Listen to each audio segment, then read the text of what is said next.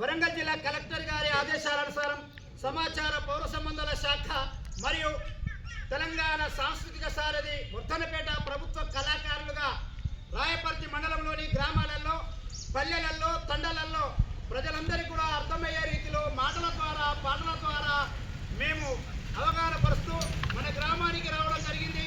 వచ్చిన వెంటనే ఇంత పెద్ద ఎత్తున తరలి వచ్చినటువంటి అన్నలకు, అక్కలకు అందరికీ కూడా ఈ మాటలు, పాటలు వింటున్నటువంటి ప్రతి ఒక్కరికి కూడా పేరు పేరున ధన్యవాదాలు తెలియజేస్తూ, ముఖ్యంగా ఇక్కడికి వచ్చినటువంటి ముఖ్య ఉద్దేశం ఏంటంటే పరిసరాలను పరిశుభ్రంగా ఉంచుకోవాలి. మీరు వ్యక్తిగత పరిశుభ్రతను పాటించాలి. చెత్తా చెదారం ఇంటి ముందు లేకుండా డంపింగ్ యార్డ్లోనే గ్రామ పంచాయతీ ద్వారా తరలించాలి.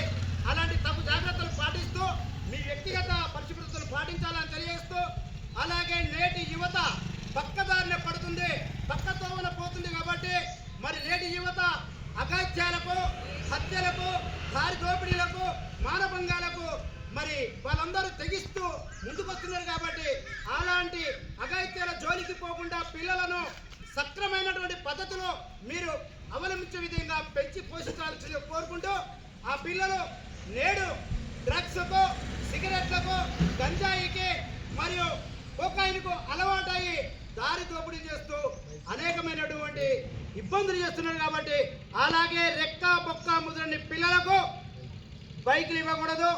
అలాంటి 2 వీలర్స్ ఇస్తే ఒకవేళ పిల్లలు మరి రోడ్డు నియమ నిబంధనలు పాటించకుండా పోయి ప్రాణాలు గాలిలో కలుస్తున్నాయి. కాబట్టి అలాంటి పిల్లలు ఎవరైనా వాహనాలు నడుపుతున్నప్పుడు తలకు మాత్రము హెల్మెట్ ధరించాలి. కారును తోలేటువంటి ఓనర్స్ ఎవరైనా కానీ, డ్రైవర్లు కానీ వారు సీట్ బెల్ట్ను ధరించి రోడ్డు నియమ నిబంధనలు పాటిస్తారని కోరుకుంటూ, మేము ప్రభుత్వ కళాకారులుగా తెలంగాణ సాంస్కృతిక సారథి వర్ధనపేట టీం కళా బృందం నుండి మీ గ్రామానికి రావడం జరిగింది. అక్కడ దూరంగా ఉన్నటువంటి అందరికీ కూడా పేరు పేరున ధన్యవాదాలు తెలియస్తూ, ఇప్పుడు మా ప్రభుత్వ కళాకారులు ఒక చక్కటి పాట మీ ముందు. బైకు నడుపుతున్నప్పుడు